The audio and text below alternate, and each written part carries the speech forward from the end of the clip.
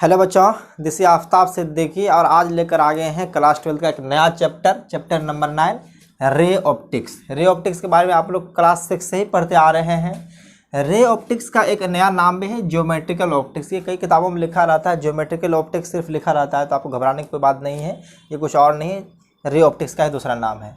तो बेसिकली आज हम लोग देखेंगे, पहला क्लास है तो इंट्रोडक्शन ऑफ लाइट के बारे में देख लेंगे कि लाइट का बिहेवियर कैसा होता है, इसके बारे में क्या है, क्योंकि लाइट के बारे में और स्टडी हम लोग जब करेंगे तो वेव ऑप्टिक्स से स्टार्ट करेंगे तो उस समय और लाइट के बारे में बात होगी। ये उस समय जो हम लोग पढ़ेंगे वेव नेचर ऑफ लाइट के बारे में बहुत ज़्यादा।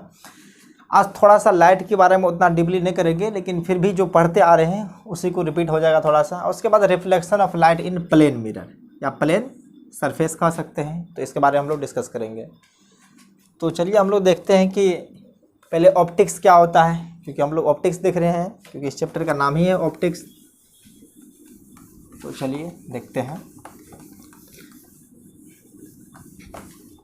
ऑप्टिक्स बोला तब जाता है कि अगर हम कोई भी चीज़ के बारे में स्टडी करते हैं, जैसे कि लाइट के बारे में स्टडी करते हैं, तो उसको ऑप्टिक्स कहा जाता है। खास करके हम जब भी ऑप्टिक्स के बारे में बात करेंगे तो इतना समझ में आना चाहिए कि लाइट के बारे में स्टडी होने वाला है। तो ऑप्टिक्स का मतलब ही होता है स्टडी ऑफ लाइट।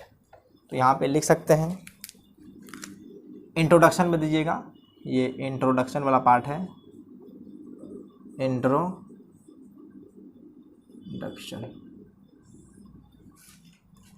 तो इंट्रोडक्शन में आ जाते हैं। पहले स्टडी ऑफ लाइट को हम लोग ऑप्टिक्स कहते हैं। तो ऑप्टिक्स का अगर पूछेगा डेफिनेशन लोग तो वैसे पढ़े होंगे, फिर भी देख लीजिए।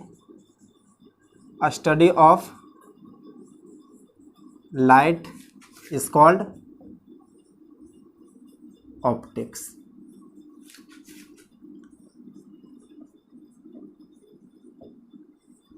ऑप्टिक्स का डेफिनेशन आपको मिल गया है कि जब स्टडी ऑफ लाइट करेंगे तो हम उसको ऑप्टिक्स कह सकते हैं। और ऑप्टिक्स को यहाँ दो तरह से कैटेगराइज किया गया है। तो ऑप्टिक्स यहाँ पे दो तरह के हैं, एक ज्योमेट्रिकल ऑप्टिक्स होता है और एक रे ऑप्टिक्स होता है। तो क्लासिफाइड कर देते हैं।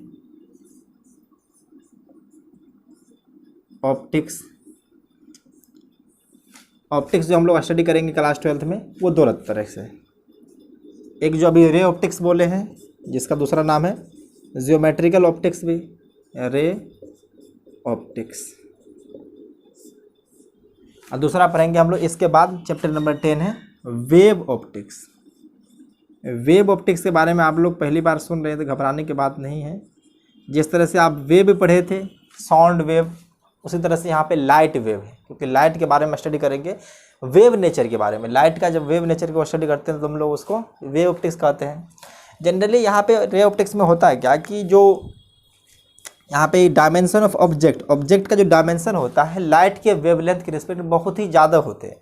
तो जब हम लोग स्टडी करते हैं ऐसे ऑब्जेक्ट के साथ जहाँ पर लाइट का वेवलेंथ जो होती है उस ऑब्जेक्ट के कंपेरेबल में बहुत ही कम होता है, यानी कि नेग्लिजिबल ही समझिए। तो यहाँ पे कह सकते हैं, लिख सकते हैं इसके अंदर जो होगा dimension of object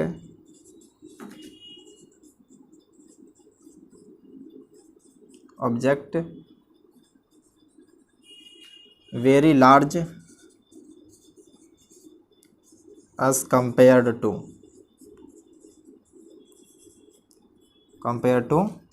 wavelength of light, क्योंकि लाइट जो है ये वेव नेचर का है। और कुछ देर के बाद जब हम लोग मॉडर्न फिजिक्स में जाएंगे तो वहाँ पे लाइट का हम लोग पार्टिकल नेचर पढ़ेंगे। तो लाइट रे जो जितने भी वेव ऑप्टिक्स है, जो भी वेव है वो पार्टिकल नेचर भी शो करता है, जो पार्टिकल है वो वेव नेचर भी शो करता है। ये कुछ देर के बाद आपको पता चल जाएगा जब मॉडर्न फिजिक्स पढ़ेंगे। तो लिख रहे हैं कि जहाँ पे जब वेवलेंथ बहुत ही कम हो, large as compare to the wavelength of light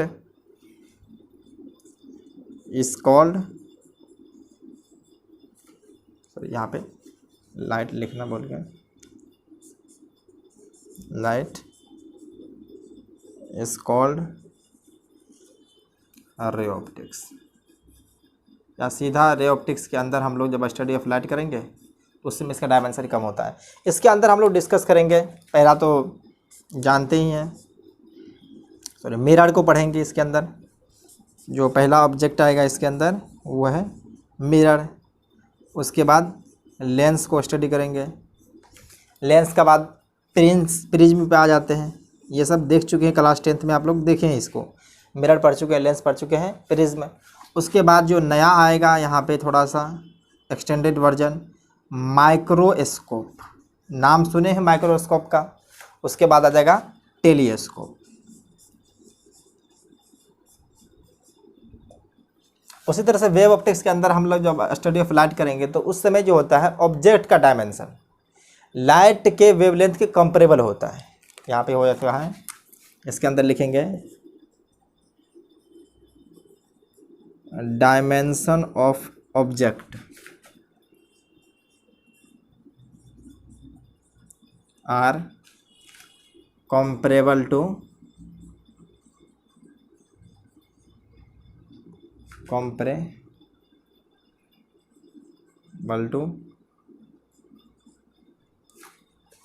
wavelength of light. Light के वेवलेंथ से कंपेरेबल होता है, उसी के रेंज में होता है वेवलेंथ ऑफ लाइट। इसके अंदर हम लोग खास करके देखेंगे, इसके अंदर जो फेनोमेना आएगा, जो चीज़ पढ़ने वाले हैं वो आएगा पहला डिफ्रैक्शन, पहला हम लोग जो है पढ़ेंगे इंटरफेरेंस, उसके बाद डिफ्रैक्शन आ जाएगा। इंटरफेरेंस,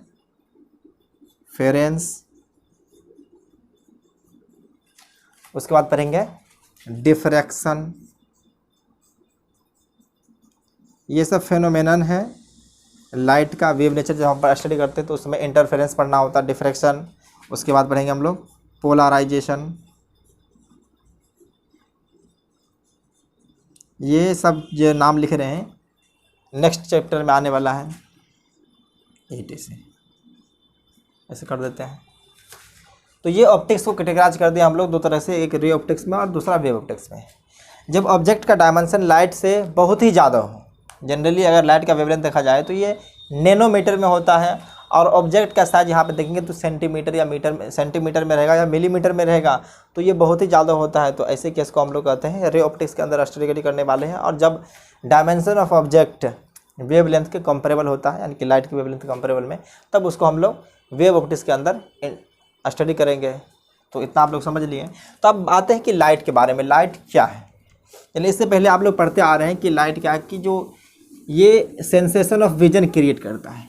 तो ये तो हम जानते हैं कि इससे पहले जो भी पढ़े थे कि लाइट जो हमारी हमको देखने में मदद करता है उसको लाइट कहते हैं। तो यहाँ पे थोड़ा सा हम चेंज करने वाले हैं। बात यही रहेगा कि अब तक जो हम लोग पढ़ चुके जितने भी रेडिएशंस हैं वो सारे के सारे इलेक्ट्रोमैग्नेटिक वेव है, और ये लाइट भी हमारा इलेक्ट्रोमैग्नेटिक वेव है। अगर EM स्पेक्ट्रम यानी कि इलेक्ट्रोमैग्नेटिक वेव स्पेक्ट्रम देखा जाए या इलेक्ट्रोमैग्नेटिक स्पेक्ट्रम, तो उस स्पेक्ट्रम के अंदर जो है लाइट का एक छोटा सा पोर्शन है जिसको हम लोग देख पाते हैं। तो यहाँ से लाइट के बारे में डेफिनेशन लिखना चाहेंगे तो समझिए कि इसका डेफिनेशन ही है, डेफिनेशन ये लाइट के बारे में, डेफिनेशन ऑफ लाइट। तो यहाँ से लिख सकते हैं light is that part of electromagnetic spectrum. दिखाएंगे इलेक्ट्रोमैग्नेटिक स्पेक्ट्रम कौन सा है, part of electromagnetic spectrum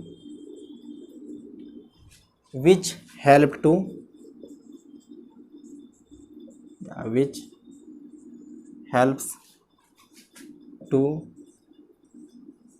see object। ये इलेक्ट्रोमैग्नेटिक स्पेक्ट्रम का वो पार्ट है जो हमें किसी भी ऑब्जेक्ट को देखने में मदद करती है। तो यहाँ पे हम लोग इलेक्ट्रोमैग्नेटिक स्पेक्ट्रम बनाने जाते हैं। तो सबसे पहले इलेक्ट्रोमैग्नेटिक स्पेक्ट्रम देखेंगे जिसका वेवलेंथ बहुत ही कम होता है, वो गामा रे है। गामा रे के बारे में भी स्टडी होगा मॉडर्न फिजिक्स के अंदर। उसके बाद आ जाता है एक्सरे। एक्सरे का नाम सुन चुके हैं, क्योंकि जनरली आदमी का जब जो फ्रैक्चर पार्ट को देखना होता है, अगर गलती से आप मान लीजिए सिक्का निकल गया, कोई चीज़ आपके पेट के अंदर है या बॉडी के अंदर है, तो वहाँ पे हम लोग एक्सरे का मदद से देखते हैं। एक्सरे के बाद आता है यूवी रे, अल्ट्रा वायलेंट रे। उसके बाद आता है विजिबल लाइट। विजिबल लाइट, यही स्पेक्ट्रम है जिसको हम लोग स्टडी करेंगे। उसके बाद आता है इंफ्रारेड रे, तो इसको IR भी कह सकते हैं सिंपली, इंफ्रा रे।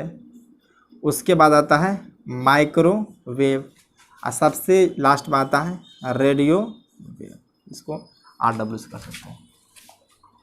ये इलेक्ट्रोमैग्नेटिक स्पेक्ट्रम है।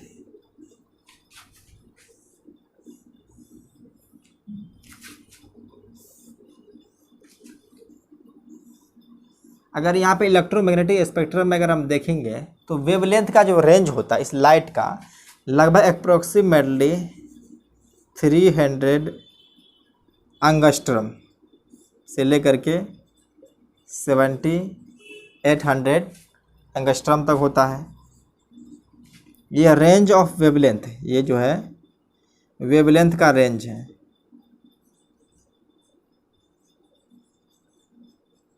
वेवलेंथ का ये रेंज है।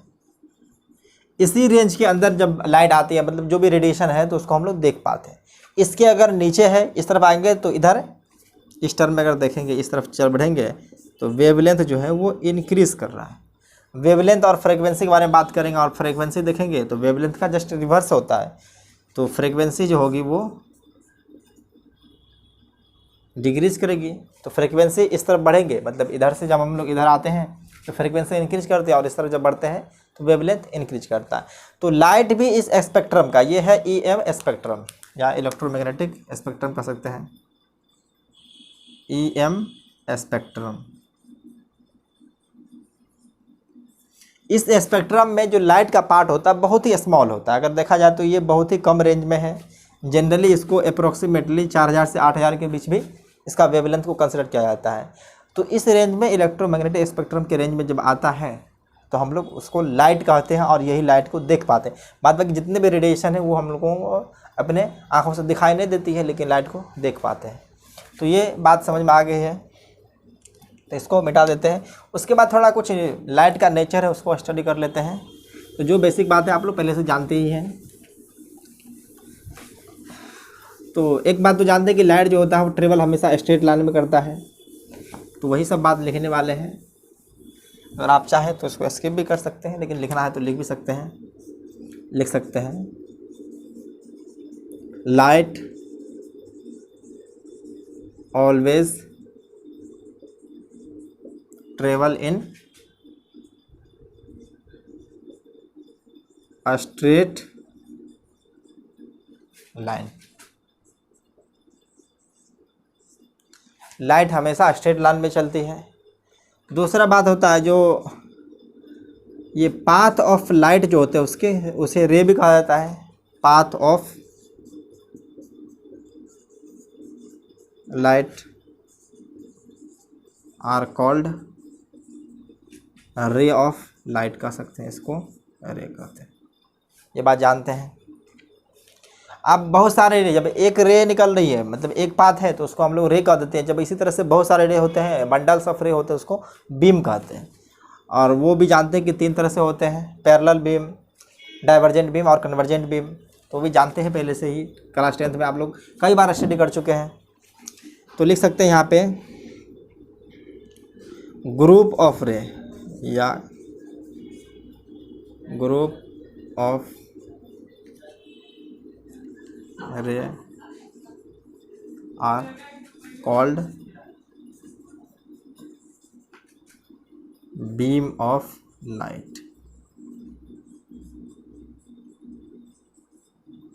Beam of light.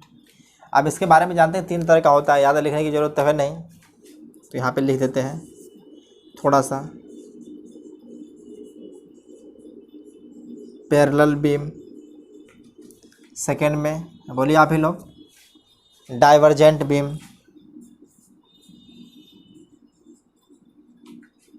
Diverging beam, divergent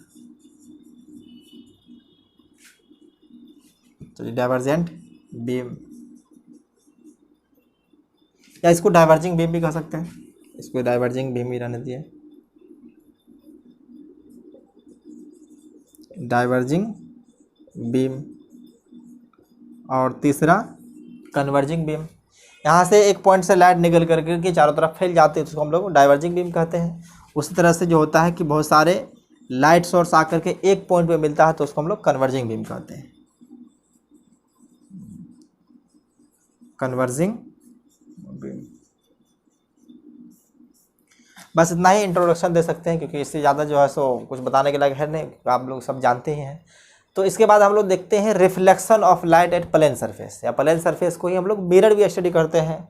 तो ये बेसिक बात थी लाइट के बारे में जो बता दिए हैं। उसके बाद हम लोग आते हैं रिफ्लेक्शन ऑफ लाइट के ऊपर, तो इतना को नोट कीजिए तब तक आप। नेक्स्ट हम लोग देखेंगे लॉ ऑफ रिफ्लेक्शन, तो हेडिंग दीजिए लॉ ऑफ रिफ्लेक्शन।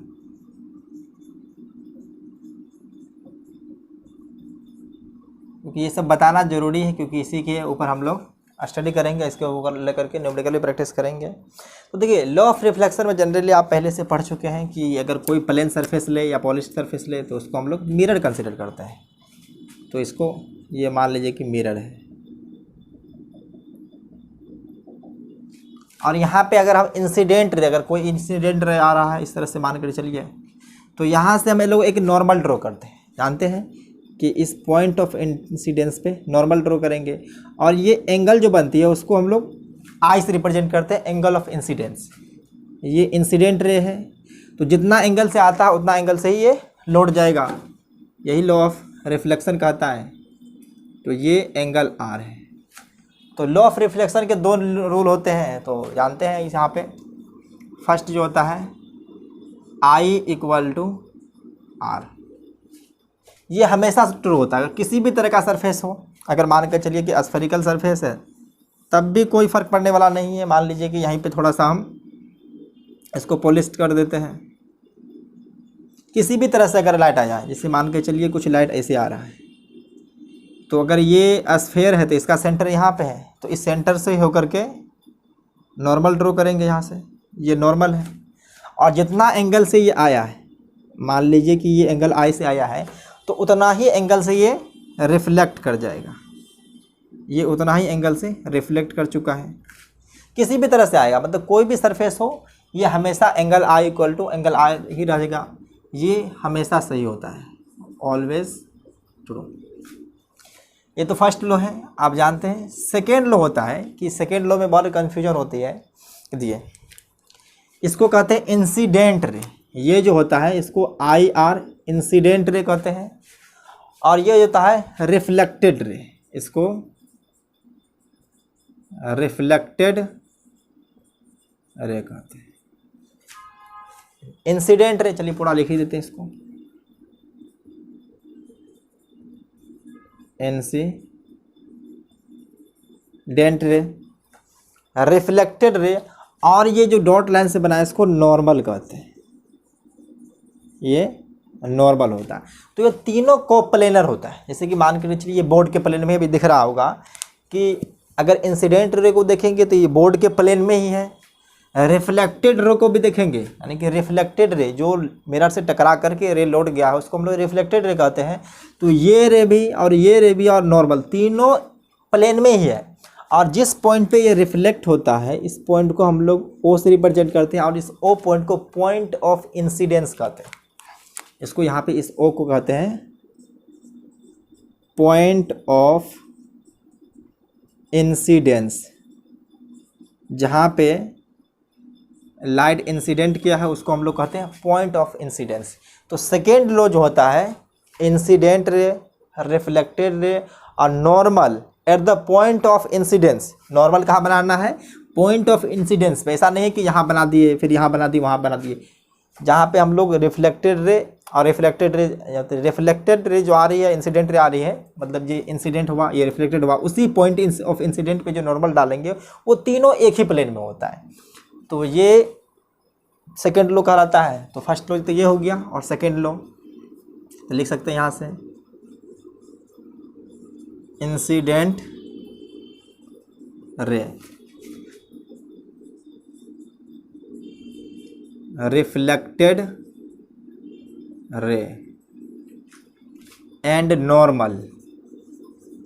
और नॉर्मल कहाँ बताए थे? पॉइंट ऑफ इंसिडेंस पे। And normal at point of incidence.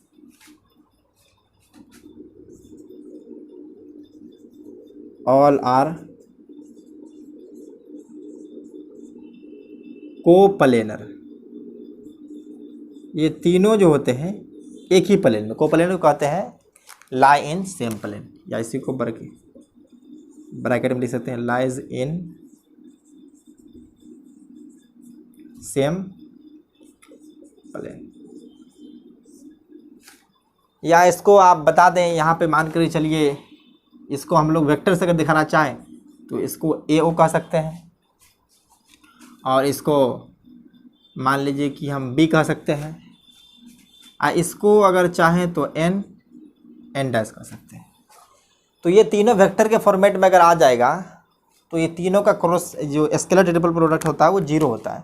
अगर आप चाहें तो इसको हम लिख सकते हैं कि ए ओ वेक्टर और इसको एन डैश, मतलब इसका डायरेक्शन ऊपर की तरफ रखते हैं, इसको एन डैश, और तीसरा जो हो जाएगा ओ बी।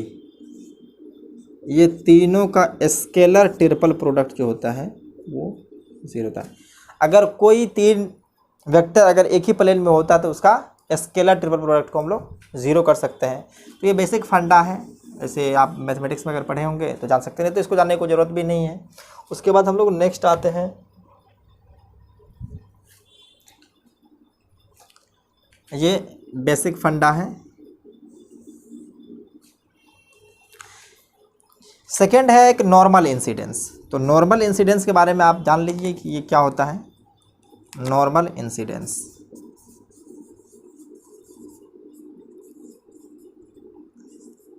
ये आप लोग पहले से जानते भी होंगे क्या होता है। नॉर्मल इंसिडेंस मतलब होता है कि अगर कोई, जैसे कि ये मिरर है और ये मिरर पे अगर कोई रे ऑफ लाइट अगर नॉर्मली फॉल किया है, मतलब ये पूरा इस मिरर से परपेंडिकुलर है, तो जिस तरह से ये इंसिडेंट रे आया है उसी तरह से ये रिफ्लेक्टेड रे इसी होकर के लौट जाएगा। तो यहाँ पे एंगल आई और एंगल आर जो होता है वो दोनों बराबर होगा, और वो दोनों बराबर होकर के 0 होता है, क्योंकि जानते हैं एंगल आई और एंगल आर जो होता है हमेशा ट्रू है, ये हमेशा सही होता है।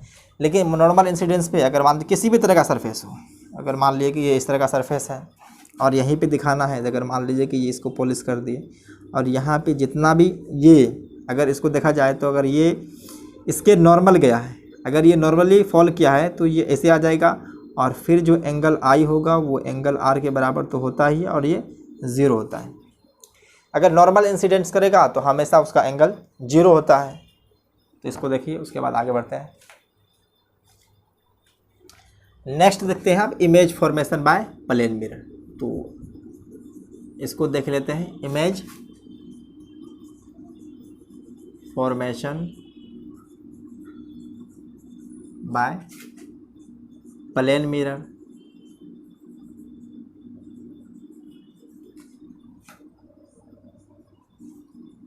तो प्लेन मिरर के द्वारा इमेज फॉर्मेशन हम लोग को देखते हैं। तो पहले एक प्लेन मिरर लेते हैं, यहाँ से ये प्लेन मिरर है, इस तरह से जो हम लोग बनाते हैं इसको हम लोग कहते हैं पॉलिशिंग। इसको पॉलिश कर देते हैं, ये सिल्वर का पॉलिश चढ़ा देते हैं ताकि ये परफेक्ट रिफ्लेक्टिंग सरफेस हो जाएगा। तो यहाँ से अगर हमको कोई भी, अगर ये पॉइंट ऑब्जेक्ट है, जैसे फिर जनरली फर्स्ट बार हम करेंगे, पहले पॉइंट ऑब्जेक्ट के लिए करेंगे इमेज फॉर्मेशन, उसके बाद एक्सटेंडेड ऑब्जेक्ट के लिए। तो पहला कर रहे हैं हम लोग पॉइंट ऑब्जेक्ट के लिए, पॉइंट ऑब्जेक्ट के लिए। तो इससे रे डायग्राम लोग बनाएंगे और रे डायग्राम के जरिए हम लोग फाइंड कर सकते हैं। जैसे कि मान लीजिए पहला रे जो है सो इससे परपेंडिकुलर गिराएंगे, तो जिस तरह से ये इंसिडेंट रे जाएगा उसी तरह से रिफ्लेक्टेड रे भी आ जाएगा। तो रिफ्लेक्टेड रे भी इसी तरह से आएगा। मान चलिए इसको थोड़ा डॉट लाइन बढ़ा देंगे तो थोड़ा आगे भी जाएगा। अगर इसको एक्सटेंड करेंगे तो कुछ इस तरह, क्योंकि हम जानते हैं कि प्लेन मिरर के जो द्वारा इमेज फॉर्मेशन होता है वो बिहाइंड द मिरर होता है या इनसाइड द मिरर, मिरर के अंदर बनता है। अब दूसरा रे लेंगे यहाँ से इस तरह से।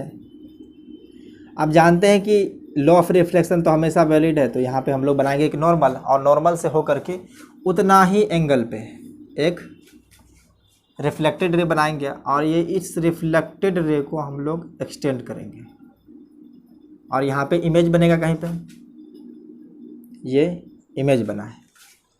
तो आप देख रहे हैं कि जो यहाँ पे ये ऑब्जेक्ट है और ये इमेज है। तो जब हम प्लेन मिरर के बारे में बात करेंगे तो प्लेन मिरर में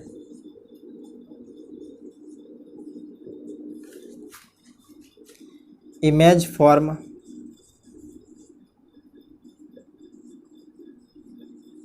इमेज जो फॉर्म होगा बिहाइंड द मिरर,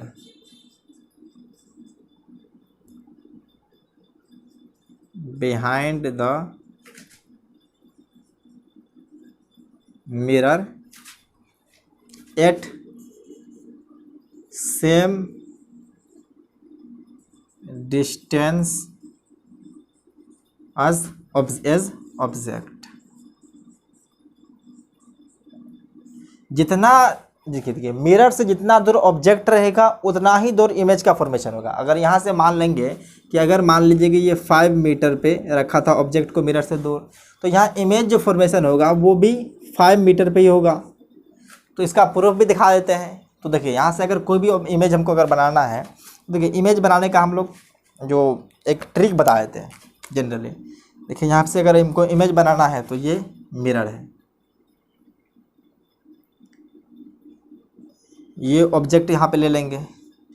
तो ऑब्जेक्ट से अगर मान लिए कि ये x डिस्टेंस पे, ये x डिस्टेंस पे है, तो इमेज भी इसके x डिस्टेंस पीछे ही होगा। तो यहाँ से हम लोग जैसे कि अगर जब भी हमें कोई इमेज बनाना है तो वहाँ से नॉर्मल गिराएंगे उस मिरर पे और उतना ही डिस्टेंस पे एक्सटेंड कर देंगे, इसे x पे आ जाएगा और यहाँ पे इमेज फॉर्मेशन हो चुका है।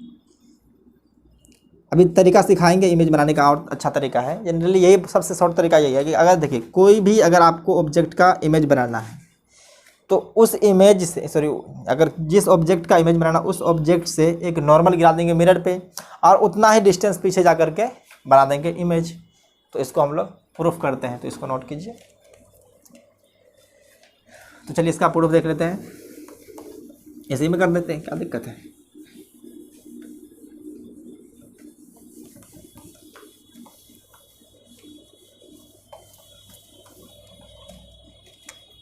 प्रूफ जो इसको जनरली हम लोग u कंसिडर कर लेते हैं और इसको v कंसिडर कर लेते हैं। तो आप जानते हैं कि प्लेन मिरर के अंदर u और v दोनों बराबर ही होता है। तो यहाँ पे कुछ नामांकन कर लेते हैं। इस पॉइंट को कह देते हैं m और इस पॉइंट को m डैश मान लेते हैं, m डैश मान लेते हैं, इसको इमेज कर देते हैं। यहाँ पे दो तरह ट्रायंगल बन रहा है। तो अगर यहाँ से हम लोग अगर देखेंगे तो देखिए यहाँ से ये अगर इसको थीटा मानेंगे तो ये भी थीटा हो जाएगा, देख रहे हैं। अगर ये थीटा है तो ये आपको जेड दिख रहा है, इस तरह से जेड दिख रहा है, तो ये भी थीटा हो जाएगा। और ये तो आप 90 डिग्री जानते हैं, इसमें कोई दिक्कत की बात है नहीं। और इस तरफ अगर बढ़ेंगे तो ये थीटा, तो ये भी थीटा, और ये फिर देखिए इस तरफ जेड बन रहा है तो फिर ये भी थीटा आ जाएगा और ये 90 डिग्री।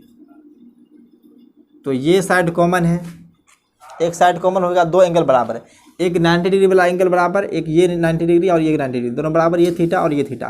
तो यहाँ से हम देख सकते हैं कि दो ट्रायंगल जो बन रहा है यहाँ पे ओ एम एम डैश देख सकते हैं, triangle O M dash congruent है triangle I M M dash के। तो यहाँ से आ जाएगा आई एम एम डैश। अगर ये दो ट्रायंगल कॉन्ग्रुएंट है तो उसके कॉरस्पॉन्डिंग साइन बराबर होगा O M equal to M I. तो यहाँ से लिख सकते हैं हेंस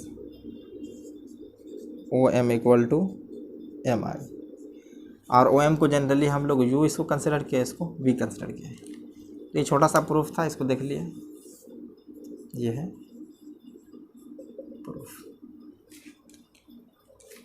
तो आप इसी तरह से हम लोग अगर कोई इमेज बनाना चाहेंगे तो देख सकते हैं आराम से। अगर मान लीजिए कि हमारा कोई ये मिरर है,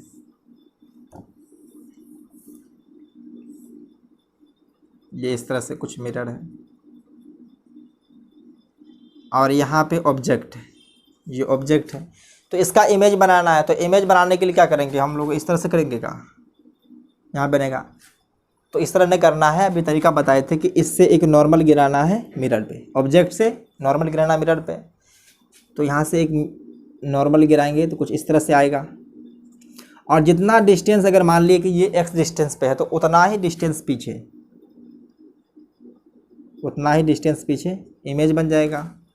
अगर रे डायग्राम को शो करने के लिए बोल दे तो चलिए रे डायग्राम ड्रॉ करते हैं। तो पहला तो रे डायग्राम यही हो जाएगा, और सेकेंड जब ड्रॉ करना है तो इसको ऐसे मिला देते हैं और सीधा यहाँ से लेंगे, इस तरह से यहाँ से लेंगे और इसको, तो ये रे डायग्राम भी बन चुका है। अभी और प्रैक्टिस कराएंगे, इसको लिखिए तब तक।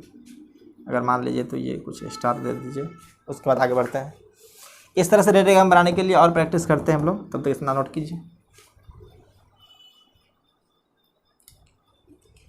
तो देखिए इमेज बनाने का जो सिंपल तरीका है इस तरह से करिए। जैसे कि यहाँ पे हेडिंग है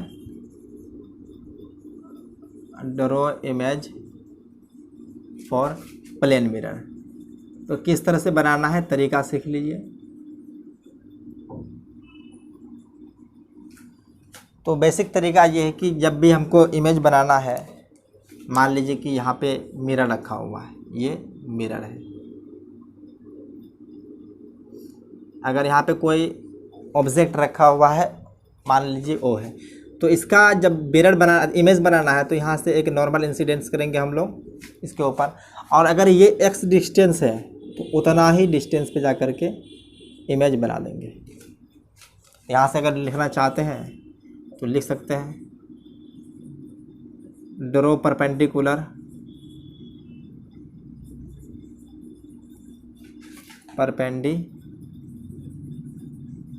to mirror and extend at same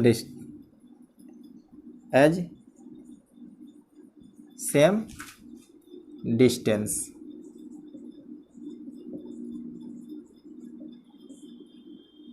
अगर जितना डिस्टेंस पर अगर ऑब्जेक्ट रखा हो उतना ही डिस्टेंस पे इमेज बन जाएगा। तो ये इमेज बन चुका है। तो ये तो फर्स्ट हो गया। सेकेंड प्रैक्टिस कीजिए। अगर यहाँ पे मान लीजिए कि इतना ही बड़ा मिरर है और ऑब्जेक्ट रखा हुआ कुछ इस तरह से, तो इसका इमेज बनाना है। तो इसका इमेज बनाने के लिए हमको एक परपेंडिकुलर ड्रॉप करना पड़ा मिरर के ऊपर। तो मिरर के ऊपर ड्रॉ करने के लिए यहाँ पे मिरर नहीं है, तो मिरर नहीं तो कोई दिक्कत नहीं है, सीधा हम लोग इसको एक्सटेंड करेंगे। एक्सटेंड करने के बाद इसके ऊपर अगर ड्रॉ करेंगे परपेंडिकुलर तो यहाँ पे फॉल करेगा और यहाँ से उतना ही डिस्टेंस, जितना डिस्टेंस ये ऑब्जेक्ट है उतना ही डिस्टेंस पे इमेज बना देंगे। और इसका रे डायग्राम को दिखाना है तो सीधा रे डायग्राम, दो रे डायग्राम निकालेंगे। अभी तो इस बार परपेंडिकुलर दिखा नहीं सकते क्योंकि परपेंडिकुलर अगर दिखाएंगे तो यहाँ पे कोई मिरर है नहीं, तो हमको मजबूरी है कि एक कुछ इस तरह से लेंगे। और इसका रिफ्लेक्शन के लिए हम लोग नॉर्मल लाइन ड्रॉ करेंगे, डायरेक्ट यहाँ से इसको ऐसे मिला करेंगे, जिसको चीटिंग कह सकते हैं अपने भाषा में। पहले इमेज ही बना लेना है, उसके बाद रे डायग्राम शो कर देंगे। ये कुछ इस तरह से आ गया। और सेकंड दिखाना है तो सेकंड, चलिए इसको दूसरा यहाँ फॉल करा देते हैं।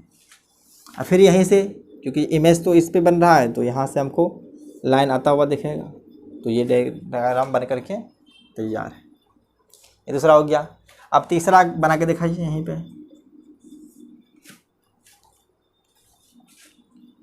अगर अभी तो ऐसा ही दिए थे, अगर कुछ इस तरह से, तो फिर से हम इसको नीचे एक्सटेंड करेंगे और इसके ऊपर परपेंडिकुलर ड्रॉप करेंगे। ये परपेंडिकुलर इसी बार मिरर के ऊपर लाई कर रहा है तो सेम डिस्टेंस, ये ऑब्जेक्ट है तो उसके जस्ट नीचे सेम डिस्टेंस पे इमेज बना देंगे। और जब रे डायग्राम दिखाना तो एक रे डायग्राम तो यही हो जाएगा और दूसरा कहीं इससे ले लेंगे और यहाँ से इससे होकर गुजर जाएगा। तो रे डायग्राम भी हम लोग दिखा दिए। तो ये था पॉइंट ऑब्जेक्ट के लिए। और एक क्वेश्चन कर दिखाइए। ये क्वेश्चन जो है सो समझिए, इस ऑप्टिक्स का पहला क्वेश्चन है।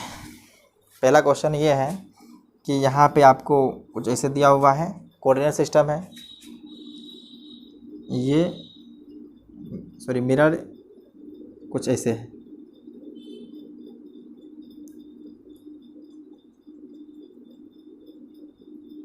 नीचे मिरर हुआ है। तो यहाँ पे पॉइंट दिया हुआ है, अगर इस कोऑर्डिनेट में देख लेंगे तो -2 और 2,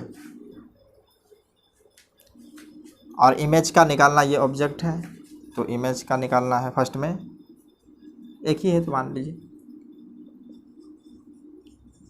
find coordinate of image. Simple है, सोचा है तो आप आराम से कर सकते हैं। देखिए तरीका वही बताएं कि सीधा इस पे एक नॉर्मल फॉल कराना है और जितना डिस्टेंस पे ये है, तो अगर देखें वाई एक्सिस के अलोंग जा रहा है 2 मीटर, तो अगर ये मीटर में मान लें तो इसको जस्ट नीचे इसका 2 मीटर कर देंगे। जितना डिस्टेंस ऊपर है, अगर ये 2 यूनिट ऊपर है तो 2 यूनिट नीचे भी होगा। तो ये ऊपर है क्योंकि एक्स कोऑर्डिनेट तो बदलने वाला है नहीं, ये -2 रहेगा ही, वाई कोऑर्डिनेट चेंज हो रहा है तो यहाँ पे 0 होगा तो नीचे आकर करके -2 आ जाएगा। तो इस कोऑर्डिनेट में देख रहे हैं कि जो इसका कोऑर्डिनेट आ चुका है, कोऑर्डिनेट ऑफ इमेज, ये इमेज है। तो इमेज जो बनेगा वो बनेगा -2 और 2 पे। ये सिंपल है। अगर मिरर मान के चलिए कुछ इस तरह से दे दें, अगर इस तरह से दे देगा तो उससे में आपको ज्योमेट्री लगाना पड़ेगा, ज्योमेट्री लगा करके फाइंड कर सकते हैं। तो हम लोग एक्सटेंडेड को देखते हैं, तो इसको लिखिए तब तक।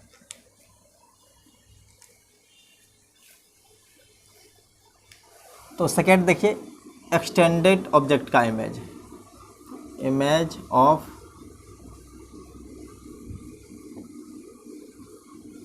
Extended object.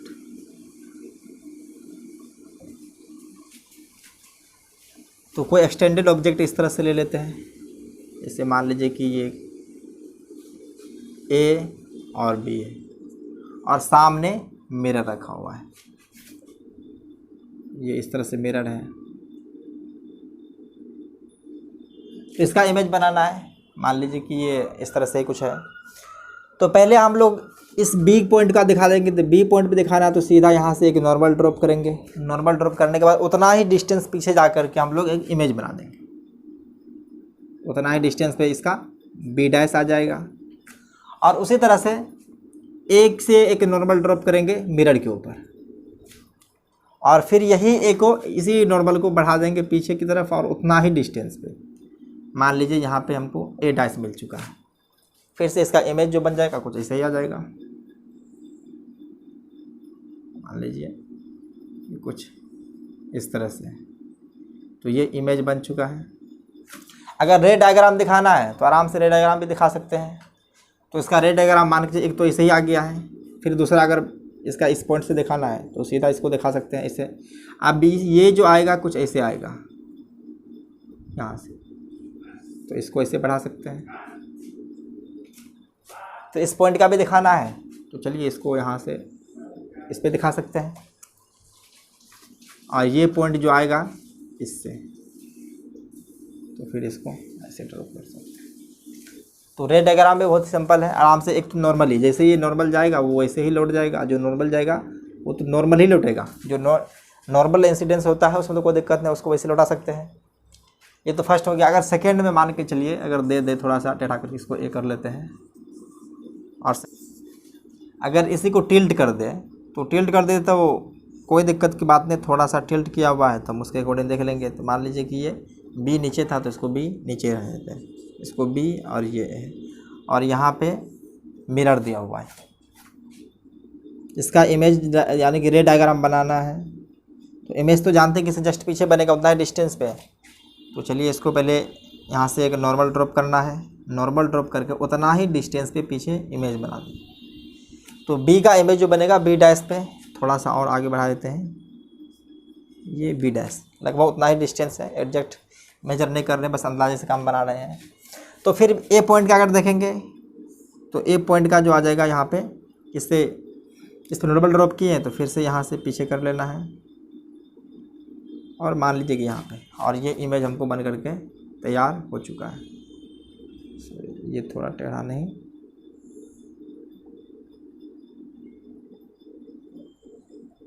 हाँ इस बार बन गया।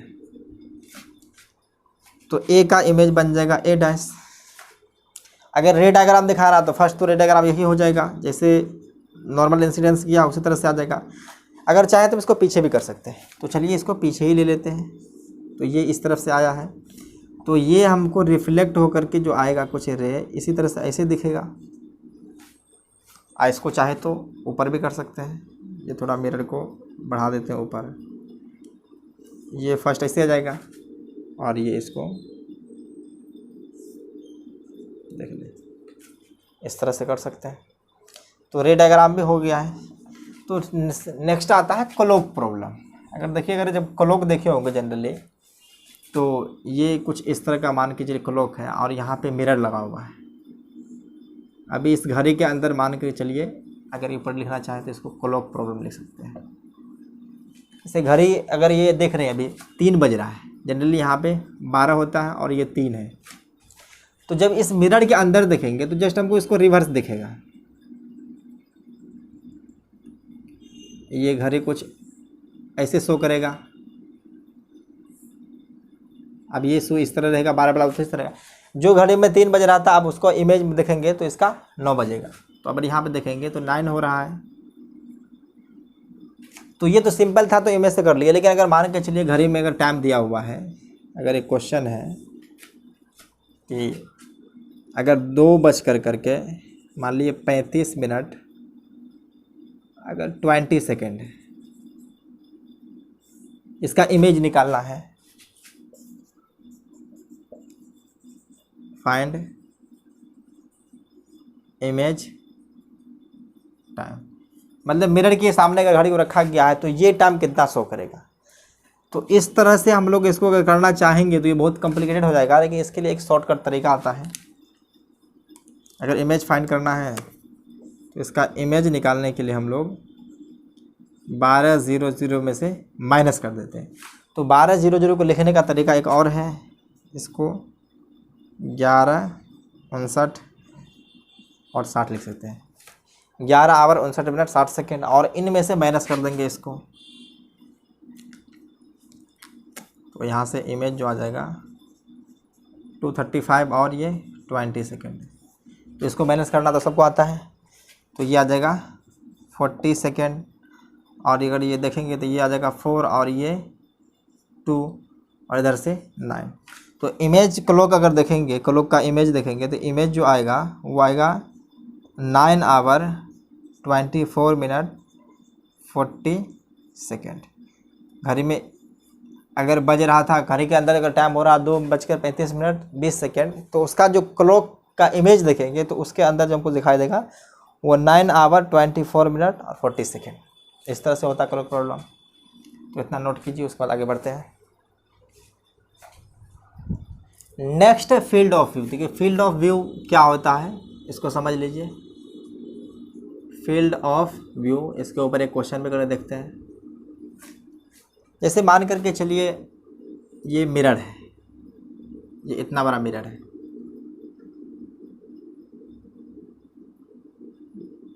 और यहाँ पे एक ऑब्जेक्ट रखे हैं। तो ये ऑब्जेक्ट है इसके सामने, तो इसका इमेज बनेगा पीछे। तो मान लीजिए कि इसका इमेज सेम डिस्टेंस पे बनेगा, इमेज यहाँ पे बना है। और इसका मैक्सिमम रिफ्लेक्शन जो हो सकता है ये ऐसे यहाँ से हो सकता है। अगर मान चलिए इससे रिफ्लेक्टेड रे अगर यहाँ से लेंगे तो ये रिफ्लेक्ट होकर के यहीं से हमको आता हुआ दिखाई देगा। तो ये पोर्शन को और ये पोर्शन को जब मिलाएंगे, ये रीजन जो होता है, इस रीजन को, अगर इस रीजन के अंदर अगर कोई भी अगर ऑब्जर्वर है तो उसको इस ऑब्जेक्ट का इमेज मिरर के अंदर दिखाई देगा, वो आई। तो ये जो होता है उसको फील्ड ऑफ व्यू कहते हैं। फील्ड ऑफ व्यू समझिए। फील्ड ऑफ व्यू क्या होता है, जैसे मान के चलिए कि अगर इस रेंज से बाहर चले जाएंगे, अगर कोई पर्सन यहाँ पे है मान के चलिए, तो उसको इमेज नहीं दिखाई देगा। अगर इसके बाहर भी है तो नहीं दिखाई देगा, लेकिन इसके अंदर अगर मान के चलिए कोई है, मान लीजिए कोई पी है, तो उस पी आदमी है, मतलब ये पी पर्सन है, उसको ये इमेज इस ऑब्जेक्ट का इस मिरर के अंदर दिखाई देगा। तो ये रीजन जो पूरे कंप्लीट रीजन को हम लोग फील्ड ऑफ व्यू कहते हैं।